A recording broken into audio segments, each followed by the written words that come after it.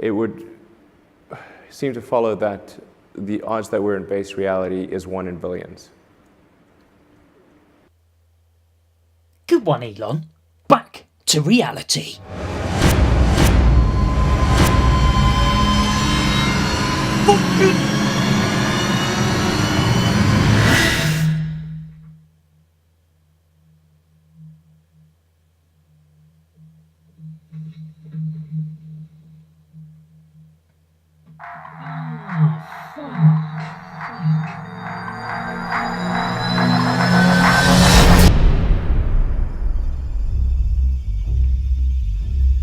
Elon Musk, who was named after a 1993 deodorant, thinks that we're all living in a simulation. But why? Well, to find out we have to start here. This is Pong, a computer game first released in 1972, one of the earliest arcade video games that you stick a coin in. It was a huge success and Flare wearers couldn't get enough of it.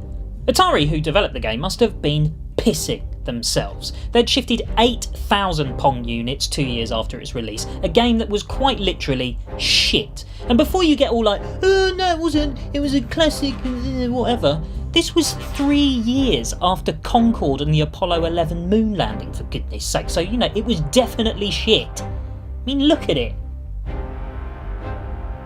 But still, idiots all over the world loved it, despite being crap. It was interactive and immersive, but that was nothing compared to what was about to come. Here we go.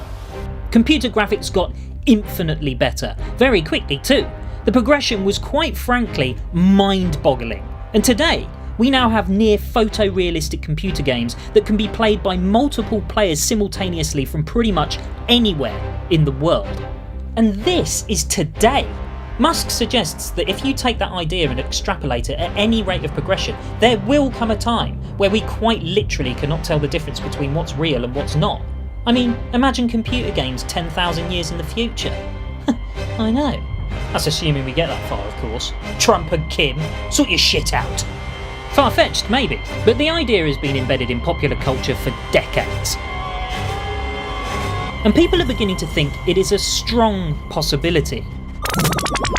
Oh, what the hell? Hey, 55 years. Not bad, Morty. You kind of wasted your 30s, though, with that whole bird-watching phase. Elon Musk doesn't think that there's a 1 in a billion's chance that we are in a simulation. He thinks there's a 1 in a billion's chance that we aren't in a simulation.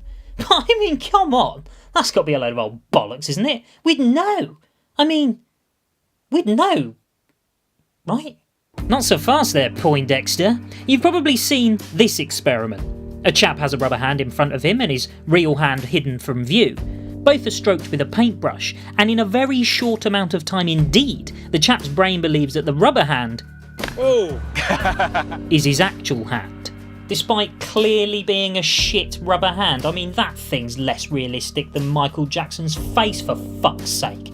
Anyway, our brain's ability to assimilate stuff like that is integral to our everyday conscious experience. Your brain is in a constant state of controlled hallucination, using what it already knows to make educated guesses about what is out there in the real world. You've got to remember that all your brain's got to go on are electrical signals sent by your eyes and ears and all that kind of stuff. So sometimes it has to make a little bit of a guess as to what's really out there in the real world. And if you don't believe me, listen to this chap. If hallucination is a kind of uncontrolled perception, then perception right here and right now is also a kind of hallucination, but a controlled hallucination in which the brain's predictions are being reined in by sensory information from the world. In fact, we're all hallucinating all the time, including right now. It's just that when we agree about our hallucinations, we call that reality. It all means that everything, your very being, is a fabrication of your own mind. And a consequence of that is that it has the ability to assimilate a rubber fucking hand. I mean, let's face it, if we can assimilate a shitty rubber hand that barely looks real, what would happen if we were subjected to a photorealistic reality that, even though it was fake, was completely indistinguishable from real life? Just saying. We're already fooling ourselves with what is real and what is not. I mean, we make daily attempts to fabricate a false existence that others may assimilate into their own mindset and perceive us as we'd like to be perceived. But imagine a simulated world where you didn't have to fabricate your own existence, but you could actually live that existence. Well, that's exactly where you are right now. Put the fucking phone down. Goodbye.